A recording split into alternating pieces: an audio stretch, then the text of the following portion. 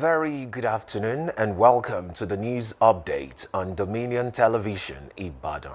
I am Olusegun Fawole. President Bola Tinubu has called on Muslim and Christian leaders in the country to show greater compassion for the poor and underprivileged by pursuing policies that cater to the needs of the majority in the grassroots. The president, who made the call while hosting governors for the breaking of an interfaith fast at the presidential villa, said the simultaneous periods of abstinence and penitence for both religions underscore a common humanity. Disclosing this in a statement, presidential spokesman Bayo Onanuga said Tinubu noted that Ramadan and Lent period provide opportunities for leaders in both religions to reflect further on the plight of others and to design programs that will directly impact the livelihoods of many. Also, the presidency has defended President Bola Tinubu's executive order which halted revenue deductions by the Nigerian National Petroleum Company Limited, NNPCL, and other agencies, stating that the Petroleum Industry Act, PIA, violates and is not superior to the Nigerian Constitution. The Special Advisor to the President on Information and Strategy, Bayo Onanuga, stated that criticism of the directive by the Petroleum and Natural Gas Senior Staff Association of Nigeria, PENGASSN, demonstrated a lack of understanding of the constitutional supremacy over ordinary legislation. PENGASSN had earlier opposed the presidential fiat, accusing the president of violating the PIA with his revenue retention order. However, the presidential spokesman insisted the union made a knee-jerk reaction without studying the constitutional provisions underpinning the directive. The National Assembly has again postponed resumption of plenary to allow committees conclude the 2026 budget's defense with agencies of government. The postponement is contained in a 3-paragraph circular signed by the acting clerk to the House, Ibrahim Sidi, and made public this morning. The leadership of both houses added that it regrets any inconvenience the adjustment may cause, while urging honorable members to utilize the intervening period to further refine and strengthen discourse on the ongoing budgets. Mixed reactions have continued to trail the outcome of the FCT poll, which saw the ruling All Progressives Congress (APC) emerge victorious amid moderate voter participation and turnout across polling units. In this report, Taiwo Olanrewaju examines the outcome of the election and what it could mean for the forthcoming general election. Concluded election in the Federal Capital Territory has sparked widespread conversations among political observers and stakeholders across Nigeria. While some areas recorded moderate voter participation, others witnessed low turnout, raising fresh concerns about voter apathy and declining public confidence in the electoral process. Political analysts say the outcome of the FCT poll may serve as an early indicator of what to expect in future national elections, particularly the 2027 general elections. However, opposition parties have rejected the outcome of the election. Former Vice President Atiku Abubakar dismissed the ruling party's victory, alleging that the democratic space is gradually shrinking. He accused the ruling party of voter intimidation and vote buying. Meanwhile, some social commentators have offered divergent views on the outcome of the election. Only one thing I had, which cut across every parties, that vote buying. Who can come out and say they are not involved? Can ADC come out that they are not into vote buying? Can PDP come out? How do they win the Bangwalada local government? There's still a lot of voter apathy. It's like people have lost interest in the whole process, because a polling booth that you expect to have like 500 voters and you are having less than 50, then that is a signal that people are already disenfranchised with the political process. They are not interested again. I don't think that there can be more difference in what will happen in 2027. People will not come out, and there will still be a lot of electoral malpractices and writing of results. Anything that are wrong in the election. It's with the masses, the electorate that have problem. Because we don't trust our leader anymore in Nigeria. As the 2027 general elections approach, stakeholders are calling on the electoral umpire and political actors to strengthen public trust, ensure transparency, and promote greater civic participation to safeguard Nigeria's democracy.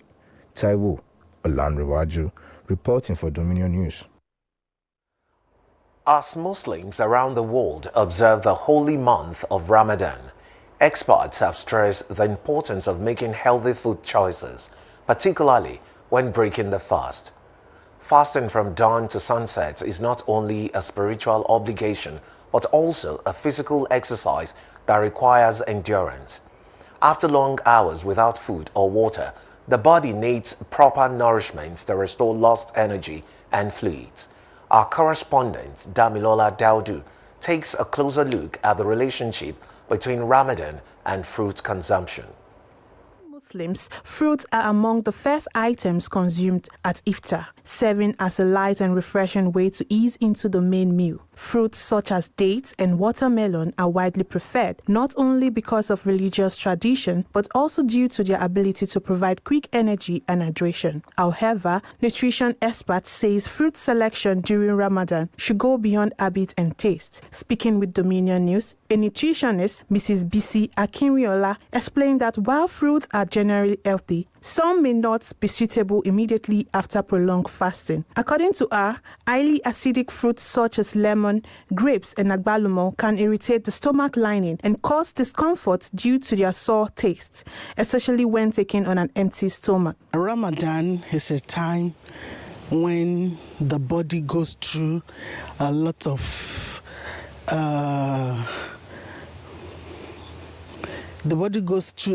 rest, especially from food digestion. The body rejuvenates itself. It's always good once in a while there's always a detoxification. So fruits, particularly at this time, is very, very important for the body. Mrs. Akinriola advised fasting individuals to opt for properly ripened fruits such as papaya, mango, banana, dates, and watermelon, preferably along a glass of cold water. She noted that these fruits contain natural sugar that help replenish lost fluid, boost energy levels, and prepare the digestion system for the main meal. She further clarifies that fruits should not be seen as substitutes for balanced meals, but rather a quick and natural energy booster before eating heavier foods. The body needs a lot of minerals, vitamins, electrolytes, and what we call phytochemicals or phytonutrients to rejuvenate itself. She therefore urged the public to prioritize ripe, less acidic fruits and be mindful of their food choices in order to maintain good health throughout the fasting period. Damilola Daudu, reporting for Dominion News. And now to the foreign scene. South Sudan President Salva Kiir has fired Finance Minister Bak Barnabas Chol just 2 months after appointing him in a reshuffle that was unveiled on state television. Kiir appointed Salvatore Garang, an economist who previously served as Finance Minister from 2018 to 2020 as the new Finance Minister. Analysts said Kiir regularly makes changes to ranks in the military and government to maintain control as he contends with armed conflict and speculation about his eventual succession. However, no reason was given for the 9th change in the finance minister since 2020. Indian state officials said all 7 people on board in Beechcraft Air Ambulance that crashed in the Indian state of Jharkhand are dead, including 2 crew members, the patient and his relatives. The Directorate General of Civil Aviation said the Beechcraft C-90 plane took off from state capital Ranchi but requested a change to its flight path due to weather before losing communication and radar contact. Kirsten 3G the Deputy Commissioner of Chatra District, where the crash occurred during a thunderstorm, added that they have pulled out the bodies and sent them for post-mortem and further investigation. Meanwhile, the state regulator confirmed that a team from India's Aircraft Accident Investigation Bureau has been dispatched to investigate the cause. President Volodymyr Zelensky has vowed that Ukraine will not betray the sacrifices made by its people in 4 years of war just to make peace with Russia, as divisions among its key allies overshadowed commemoration of the start of the conflict.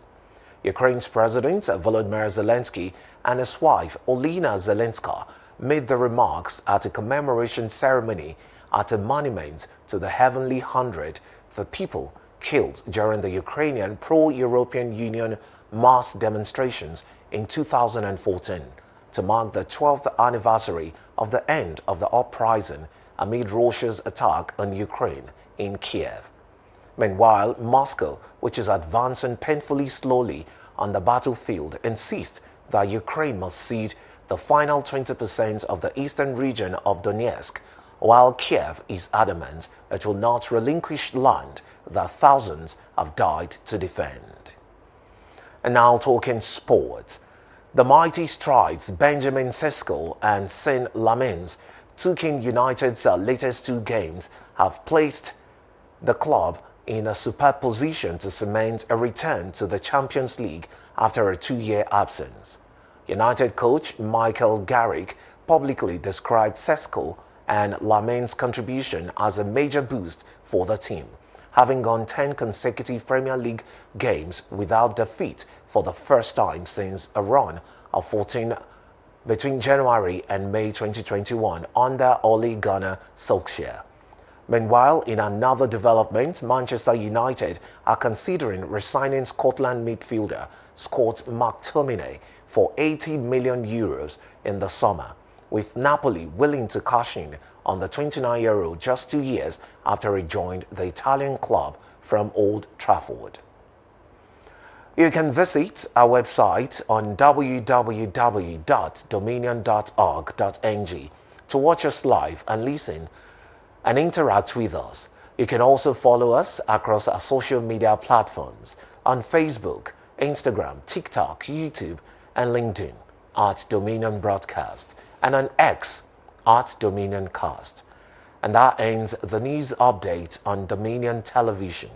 I am Olusegun Fawole. Thank you for watching. Good afternoon.